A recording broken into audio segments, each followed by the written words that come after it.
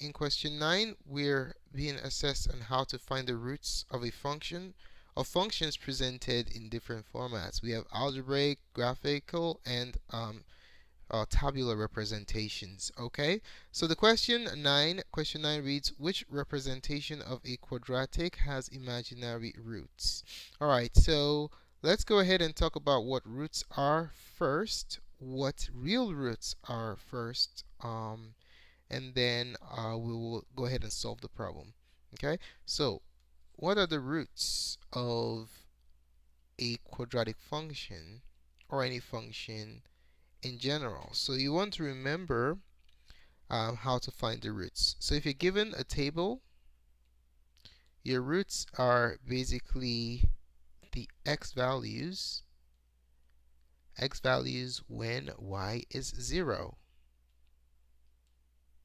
In tabular format, that's how you find the roots, okay? How to find roots. How about if you're given a graph? If you're given a graph, you find the roots by looking for the x-intercepts. At what y values does a graph intercept the x-axis? Those are the roots, okay? I mean, what are the x values when the graph hits the x-axis? Those are the roots. And then the last one is algebraic. If you're given an equation, how do you find the roots? All you do is you set y to 0 and solve. Solve for x. Okay? Alright, we have all three representations here. Option 1 is a tabular representation. So for option 1, the roots are basically where the x values are the x values when y is 0. Okay, so y is 0 here, bam, bam, bam, bam, bam, and then y is 0 here also. So for option number 1, your roots are what? So for option 1, your roots are negative 0.5 and negative 2. Are these real or imaginary? Since there are no i's attached to them, they're real. Okay? Imaginary numbers always have an I component. So this is real, or these are real. Okay, option 2, we have 2x, 2 times the quantity x plus 3 squared equals 64. So this one is an equation. We have to find what the roots are for this equation. There's no y component here, so we're just basically going to solve this equation. Okay, we're going to set it to equal to 0 and solve. Okay, so to do that, we're going to multiply this out to x plus 3 times x plus 3. Well, in order to set it equal to 0, we have to subtract 64 from both sides. Okay, and then let's solve this equation. Well, let's do it a different way, a way that's much faster. So since it's set up like this, what we can do is we can divide by 2 and root it. Let's do it that way. But doing it the long way. Okay, so divide both sides by 2. So divide by 2, divide by 2. And that's going to give us x plus 3. Change the thickness here. X plus 3 quantity square equals 64 divided by 2 is 32. And then we're going to take the square root of both sides. Square root, square root. And then we have, what do we have here? X plus 3. Now, if you take the square root of a square, don't forget to add on the plus or minus component, plus or minus 32.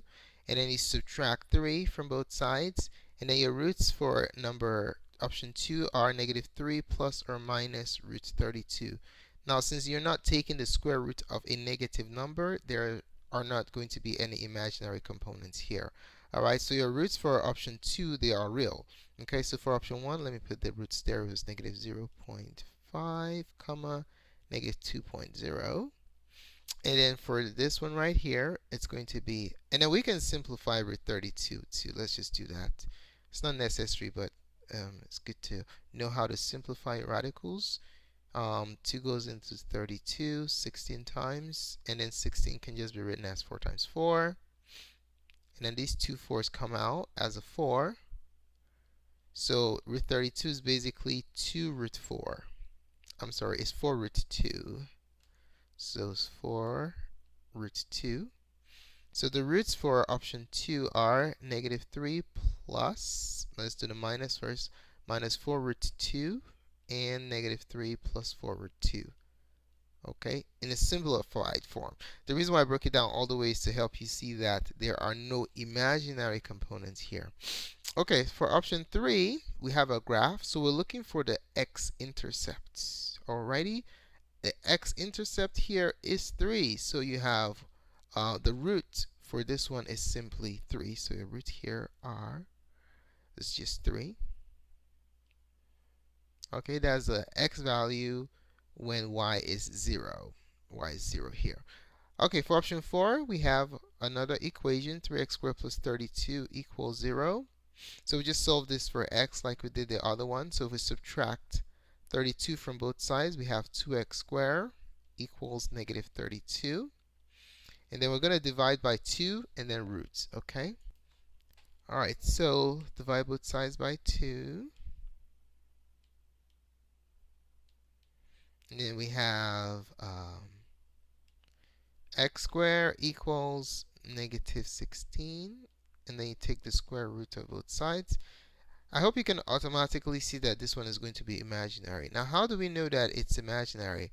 Well, anytime you take the square root of a negative number, you end up with imaginary roots. So in this particular case, the square root of negative 16, now this minus comes out as an I, and the square root of 16 is 4. So the roots here are plus or minus 4i. Okay, or if you want to write it in raster notation, set raster notation, negative 4i and 4i are your roots. So the problem, the quadratic function that has imaginary roots is option number 4. Okay. All right. Let's